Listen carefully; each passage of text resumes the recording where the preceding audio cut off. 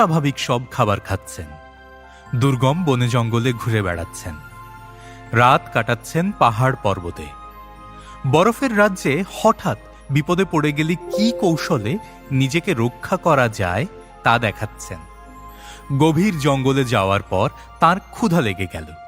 ব্যাস, কোনো মরা গাছের বাকল উপড়ে বের করে আনলেন জ্যান্ত এক লেদা পোকা। সাথে সাথে খেয়ে ফেললেন চিবিয়ে। কাঁচা মাছ, মরা হরিণের মাংস, কোনো কিছুই তার খাবারের তালিকা থেকে বাদ যায় না। লোকটিকে চেনো তোমরা? নাম জানো তাঁর? তিনি বিয়ার গ্রিলস। পুরো নাম এডওয়ার্ড মাইকেল বিয়ার গ্রিলস। 1974 সালের 7 জুন আয়ারল্যান্ডের ডোনাঘাটিতে জন্মগ্রহণ করেন।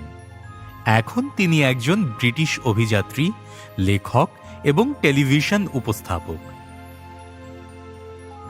বিয়ার গ্রিলসের বেড়ে ওঠা। বিয়ার গ্রিলসের শৈশব কেটেছে উত্তর আয়ারল্যান্ডের ডোনাঘাটি এলাকায়। 4 বছর বয়স অবধি সেখানে ছিলেন। এরপর পরিবারের সাথে তিনি কেমব্রিজ অঞ্চলে চলে যান। তার পিতামাতা ছিলেন লন্ডনের কনজারভেটিভ পার্টির রাজনীতিবিদ। পিতার নাম স্যার মাইকেল গ্রিলস, মায়ের নাম লেডি সারা গ্রিলস। বিয়ার গ্রিলসের বড় বোন লারা ফাউসেট। লারা পেশায় একজন টেনিস কোচ। লারাই বিয়ার গ্রিলসের বিয়ার নামটি দেন। তখন তার বয়স মাত্র 7 দিন।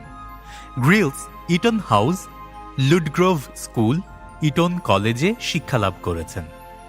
ইটন কলেজে পড়ার সময় তিনি সেখানকার প্রথম পর্বতারোহণ ক্লাব প্রতিষ্ঠা করেন। এছাড়া তিনি ইউনিভার্সিটি অফ লন্ডন থেকে স্নাতক ডিগ্রি অর্জন করেন। শিশুবেলাতেই গ্রিলস তার বাবার কাছ থেকে পর্বতারোহণ এবং নৌচালনা শিখেছেন। তার বাবা নৌচালনায় দক্ষ ছিলেন।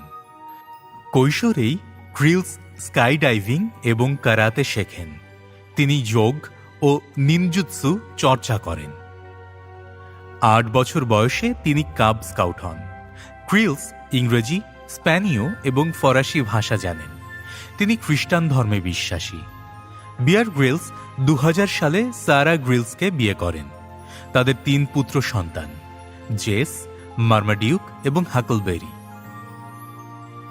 এভারেস্ট জয়। শিশুবেলা থেকেই বিয়ার গ্রিলসের স্বপ্ন ছিল মাউন্ট এভারেস্ট জয় করবেন। বিয়ারের বয়স যখন 8, তখন তার বাবা তাকে এভারেস্টের একটি ছবি উপহার দেন। ছবি দেখেই গ্রিলসের মনে এভারেস্ট জয় করার ইচ্ছে জাগে। পরবর্তীতে মাত্র 23 বছর বয়সে এভারেস্ট জয়ের মাধ্যমে Guinness book of world records করেন তিনি। অর্থাৎ বিয়ার গ্রিলসই এভারেস্ট জয়ী সবচেয়ে ছোট ব্রিটিশ নাগরিক। অথচ এভারেস্ট আরোহণের মাত্র 18 মাস আগে তিনি প্যারাশুট দুর্ঘটনায় আহত হয়েছিলেন। কর্মজীবন। ছাত্রজীবন শেষ হবার পর বিয়ার গ্রিলস ভারতীয় সেনাবাহিনীতে যোগ দেওয়ার ইচ্ছা প্রকাশ করেন। সে সময় তিনি সিকিম অঞ্চলে হিমালয়ে হাইকিং করেন। পরে গ্রিলস ব্রিটিশ সেনাবাহিনীতে যোগ দেন। তখন ইউনাইটেড কিংডম স্পেশাল ফোর্স একটি প্যারাশুট দুর্ঘটনার সম্মুখীন হন। সেই দুর্ঘটনায় গ্রিলসের চিরতরে হাঁটার ক্ষমতা বন্ধের সম্ভাবনা দেখা দেয়। পরবর্তী 12 মাস গ্রিলস মিলিটারির সকল কার্যকলাপ থেকে বিরত থাকেন।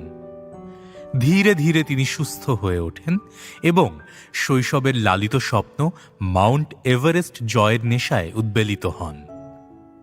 মানব সেবায় অবদান রাখার জন্য 2004 সালে গ্রিলসকে সম্মানসূচক পদ লেফটেন্যান্ট কমান্ডারে পদোন্নতি দেওয়া হয়।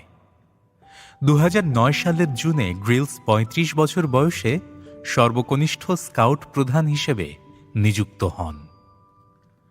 পরিচিতি বাড়তে থাকা। মূলত এভারেস্ট জয়ের পর বিয়ার গ্রিলস প্রথম টেলিভিশনে ডাক পান। ডিসকভারি ও চ্যানেল 4 তাকে ডাকে। বিয়ার গ্রিলস টেলিভিশন জগতে প্রবেশ করেন একটি ডিওডোরেন্টের বিজ্ঞাপনে অংশগ্রহণের মাধ্যমে। ইংল্যান্ডের প্রতিরক্ষা মন্ত্রণালয়ের উদ্যোগে নির্মিত হয়েছিল অনুষ্ঠানটি। সেনাবাহিনীর মাদক বিরোধী এক টিভি ক্যাম্পেইনেও বিয়ার গ্রিলস উপস্থিত হন। এছাড়া বিশ্বখ্যাত হ্যারোডস শপের বিজ্ঞাপনেও গ্রিলস অংশগ্রহণ করেন। এরপর গ্রিলস বেশ কিছু টেলিভিশন প্রোগ্রামে অংশ নিয়েছেন।